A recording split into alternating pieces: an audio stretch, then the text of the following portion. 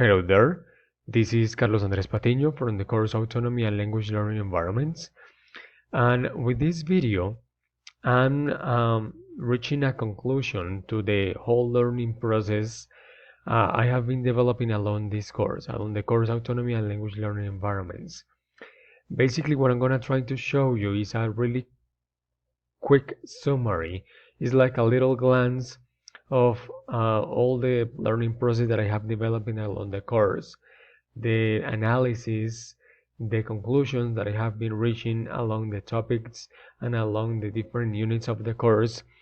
And it's very nice that I'm able to show you what I have building along the course, which is this blog that is going to show you. This blog basically contains or gathers all the information regarding the comparative exercise I have been developing along the course. As you can see up here, the title of the blog is Our Autonomous Language Learning, because what I have done along the semester and along the topic of autonomy as a learner is a comparative exercise between my own learning experience as a language learner or English learner and the learning experience of another language learner. So as you can see here, we have two cases, my own case, case number 1, and somebody else's case. Her name is Natalia Solarte.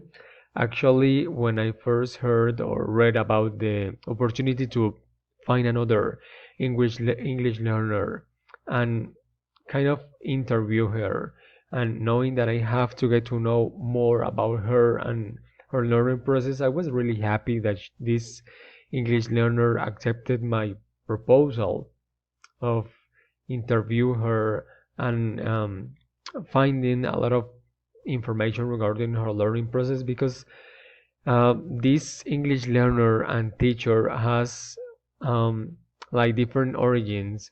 Like she comes from a different location, from a very small town, and basically her learning process is kind of different, or she had like way less opportunities that maybe some of us normally have. So I was kind of happy and eager to get to know more about her learning process, because I know she's a very good English speaker and she's a very good English teacher. So I was curious about what she had to say. And actually, from the very beginning, I thought that she had to offer probably more interesting information than the one that I could offer to other like English learners who might be interested in what we had to say. So this comparative exercise was developed along different topics. Here there are some questions that we're going to determine what was going to be found out once the study had been completed along the course and the different topics.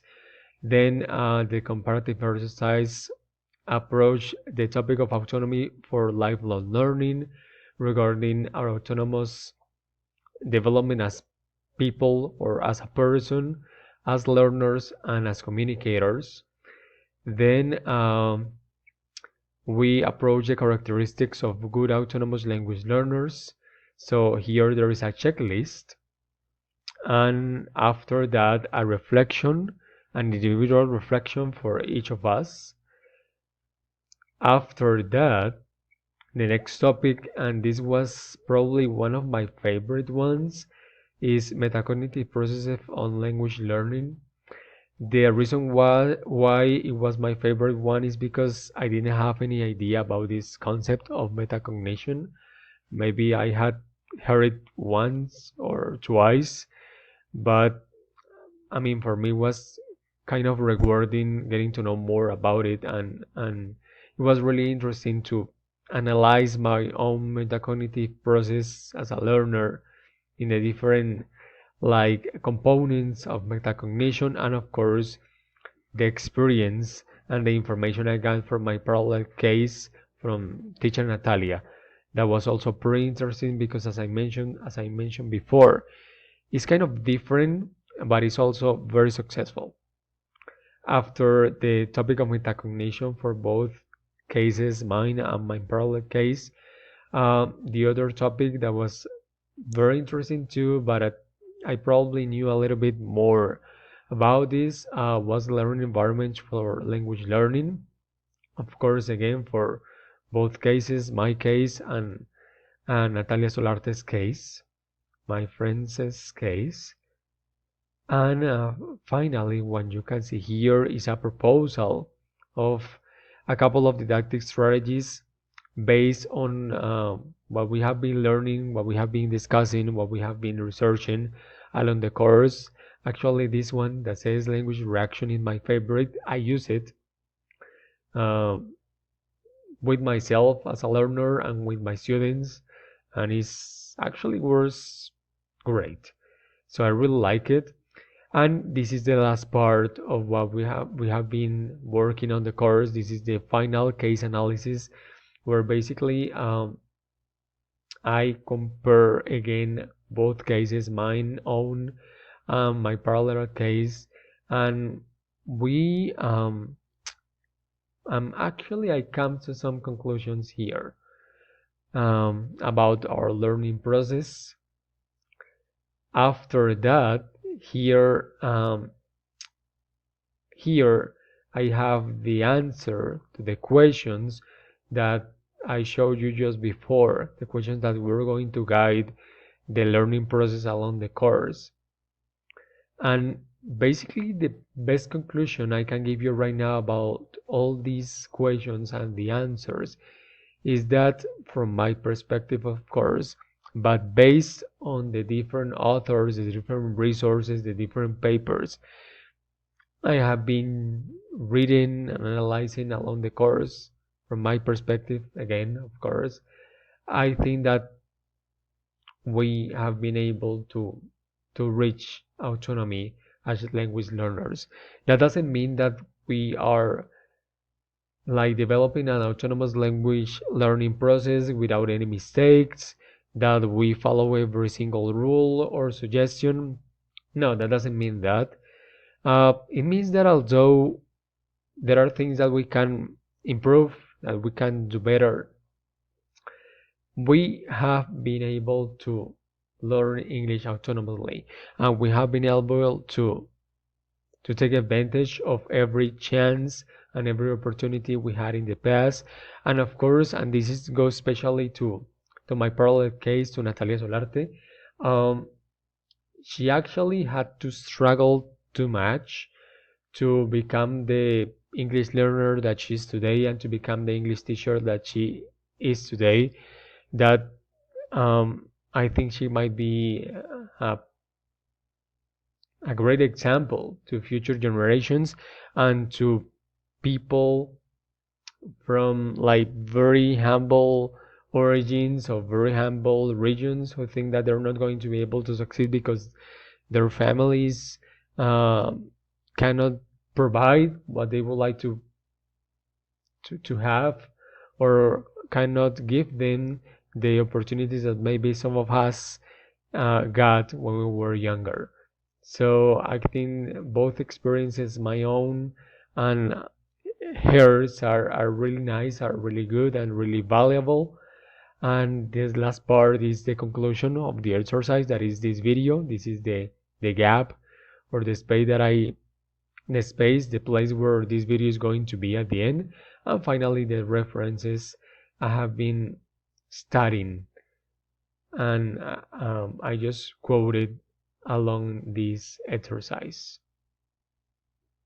Well, now as you can see here, I went back to the beginning, basically because I would like to talk a little bit about the experience of developing autonomy through a learning environment such as this digital portfolio. What about to say regarding that is that this digital portfolio means a lot to me right now, for two reasons basically. The first one is because, as I mentioned before, here there is a lot of reflection coming from myself and coming from the other language learner, or the other English learner who is also a friend of mine. Um, and for me that is so valuable because actually I was able to realize and to see things that I never saw before regarding my own experience. And as I mentioned before, my parallel case provided a lot of interesting information and valuable information. And the other reason of the experience is that this digital portfolio now has like information that I know for a fact that I'm going to keep with myself. I mean, I'm telling the truth when I say that I'm going to keep this link of this portfolio with me like at all times, because I have a new goal as a teacher from now on, and that goal is fostering that my students achieve their own autonomy and as language learners. I think I have been able to be a good teacher in the past. I have been able to achieve good learning goals with my students, but I have one more goal in mind from now on, and that is supporting their autonomous language learning process. So that is the reason why this means a lot to me, because there is a lot of reflection for myself there. I got to know about myself more and about my friend's experience. And as I just mentioned, this is so valuable for me, for anyone else who would like to use it and would like to check something there that I know for a fact that is going to be very useful to support anyone else's autonomous language learning process. Now, before I give my farewells or I say goodbye to this experience and to this course, I just would like to add that I basically learned a lot from this experience. One of the reasons why is because along the course I read what is here so many times. I mean, I'm not a insecure person, but the thing is that sometimes I feel kind of that I have to read again and again what I just wrote, or what I have been written. So after reading this so many times, and actually I read it one last time just before making this video, after doing that process over and over again, I think that most of this information that is right here is now in my mind.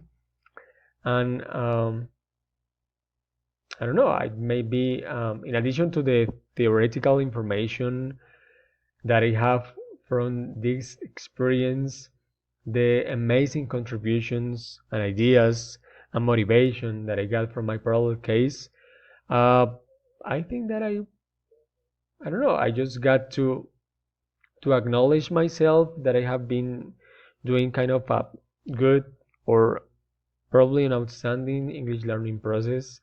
Maybe I think that I am sometimes a little bit hard to myself, and I don't know, maybe I was able to also conclude that okay, I have been doing some good things so far.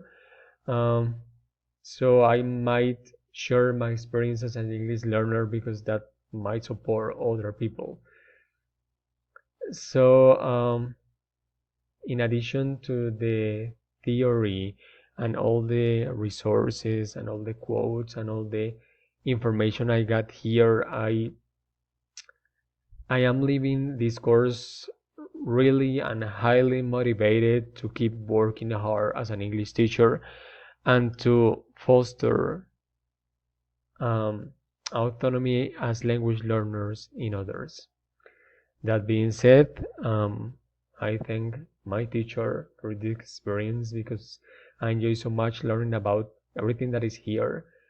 And I want to thank, of course, teacher Natalia Solarte. Thank you, and thanks for watching. Goodbye.